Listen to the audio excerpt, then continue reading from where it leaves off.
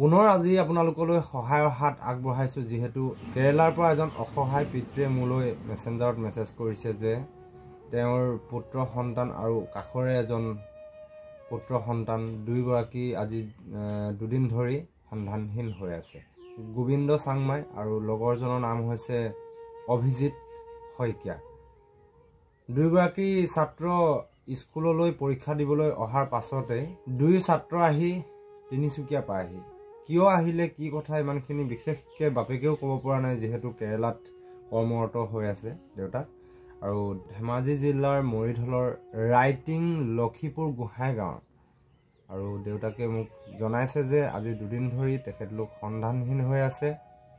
আৰু ফটো মই আপোনালোকক লগাই দিছোঁ, এয়া বেক চাইডত দেখিছে আপোনালোকে ফটো, দুয়োগৰাকী সন্তানৰ মই ফটো লগাই দিছোঁ। আৰু কোনোবাই ক'ৰবাত কেনেবাকৈ দেখিছিল নেকি বা কোনোবাই দেখিলে মানে আপোনালোকে ল'ৰা দুটাক সন্তান দুটাক আপোনালোকে ৰাখি লৈ এই ওপৰত দিয়া এই দেউতাকৰ নাম্বাৰত আপোনালোকে কল কৰিব আৰু জনাই দিব। যিহেতু মাক দেউতাক সকলোৱে বহুত বিষাদত ভুগি আছে আৰু বহুত কষ্টত আছে। যিহেতু দুটাকৈ সন্তান মাক দেউতাকৰ বুকুৰ পৰা আঁতৰি আছে আৰু ক'ত আছে কি কথা একোৱে খবৰ খাতি পোৱা নাই বুলি কৈছে।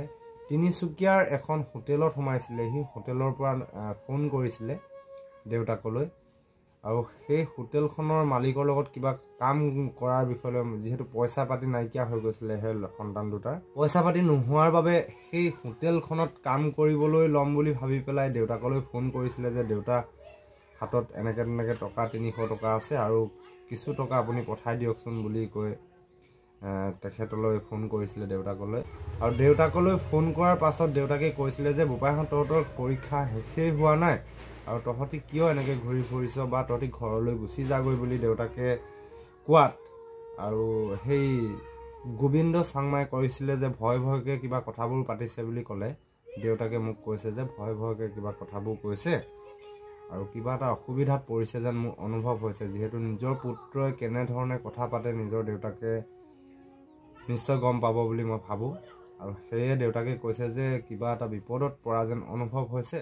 আৰু সেই লগৰ যিজনৰ নাম্বাৰ আছিলে ফোন নাম্বাৰ সেইটো বৰ্তমান ছুইচ অফ বুলি দেখুৱাইছে।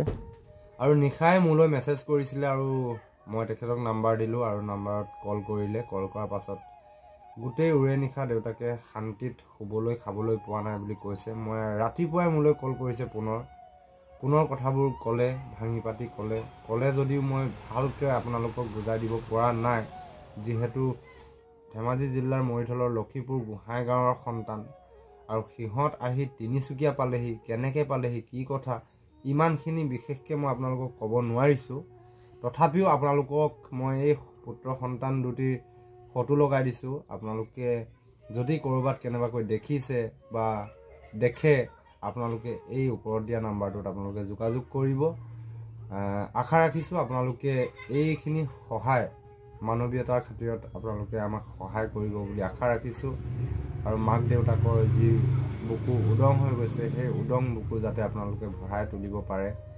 আৰু ভিডিঅ'টো আপোনালোকে যিমান পাৰে শ্বেয়াৰ কৰক। আপোনালোকৰ এটা শ্বেয়াৰে এখন ঘৰৰ সুখ কঢ়িয়াই আনিব বুলি মোৰ দৃঢ় বিশ্বাস। যিহেতু পূৰ্বতেও মই এনেধৰণে ভিডিঅ' দিছিলোঁ, 3গৰাকীকৈ সন্ধানহীন হোৱা লোকক পাবলৈ সক্ষম হৈছিলোঁ আপোনালোকৰ বাবে। আৰু আজিও পুনৰবাৰ দৃঢ় বিশ্বাসেৰে আপোনালোকলৈ এই ভিডিঅ'টো প্ৰেৰণ কৰিছোঁ। আৰু যাতে সেই সন্তান দুটিক আমি সকলোৱে বিচাৰি কুচাৰি বা সহায় সহযোগিতা আগবঢ়াই যাতে সেই মাক দেউতাকৰ উদং হৈ যোৱা বুকুখন যাতে ভৰাই তুলিব পাৰোঁ তাৰে কামনা কৰিব। আপোনালোকে সহায় কৰিব বুলি আশা ৰাখিছোঁ। কি হ'ল টোপনি হৈছে শুনি শুই থাকিবা এতিয়া। দাদা দেখিলে কবা দেই। দাদা পাপা আমাৰ পাপালে কান্দি কান্দি ফোন কৰিছে। আপোনালোকে সহায় কৰিব বুলি আশা কৰিছোঁ। নিশ্চয় কৰিব হয় নাই?